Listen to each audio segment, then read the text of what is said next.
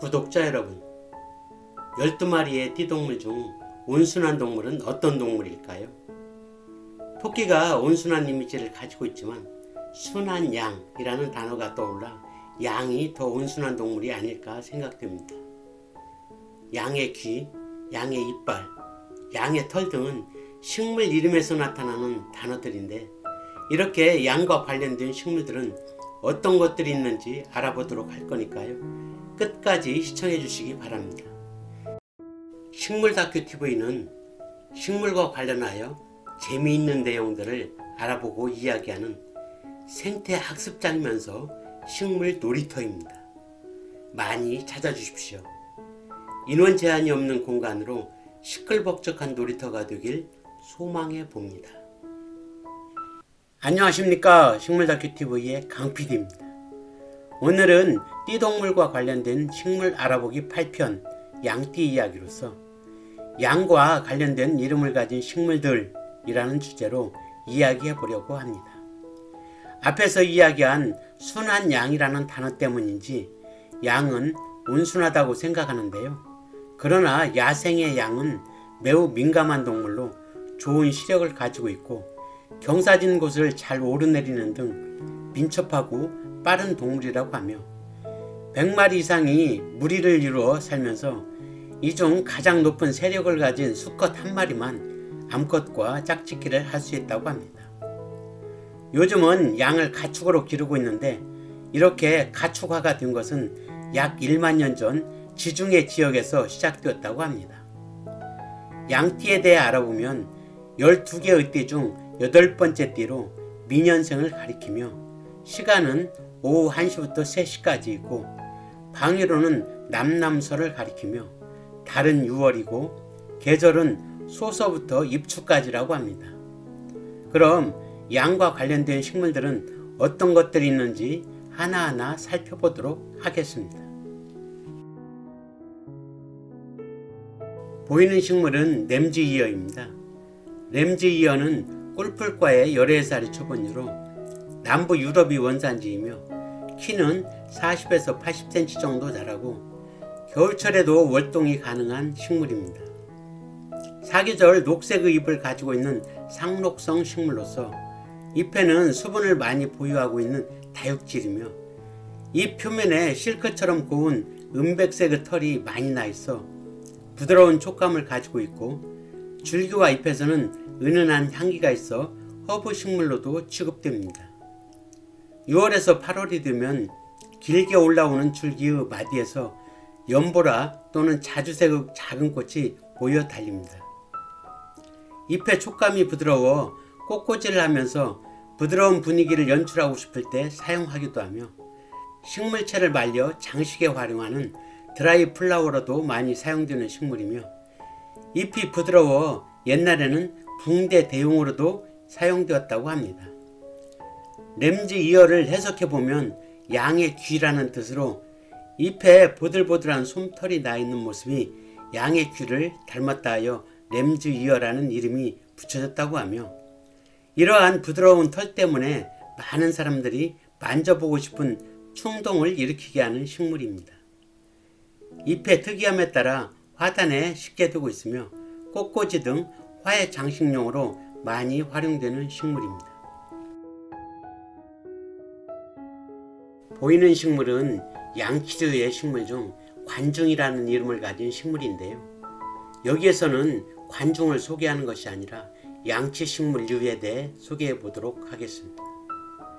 양치식물은 꽃과 종자가 없이 포자로 번식을 하는 식물들을 말하는데요.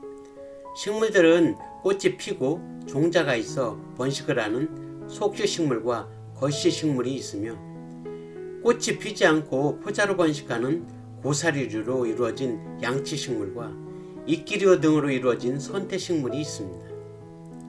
양치식물은 고생대부터 현재까지 출현과 멸종을 거듭하면서 진화한 가장 오래되고 원시적인 식물이라고 하며 현존하는 양치식물은 큰 것이 적으나 화석으로 나타나는 종류는 어마어마하게 큰 것이 많이 있었으며 우리가 사용하는 석탄의 대부분은 석탄기 때 살았던 양치식물이 오랜 기간 동안 탄화된 것이라고 보면 될 정도로 많은 양의 양치식물이 과거에 존재했다고 합니다.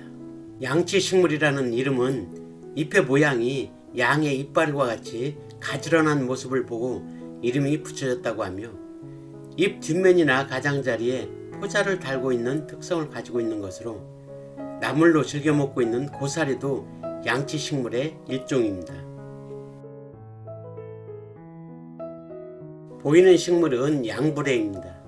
양불회는 국화과의 하나살이 초분류로 우리나라의 전국 각지에 분포하며 키는 1m까지 자라고 줄기에 짧고 거친 털이 빽빽하게 나 있습니다.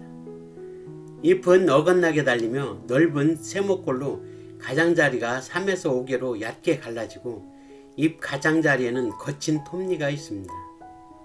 8, 9월에 노란색의 꽃은 암꽃과 숫꽃이 따로 피는데, 숫꽃은 둥글며 줄기와 가지 끝에 여러 개가 뭉쳐 피고, 암꽃은 곤봉과 같이 길쭉하며 잎 겨드랑이에 뭉쳐 핍니다.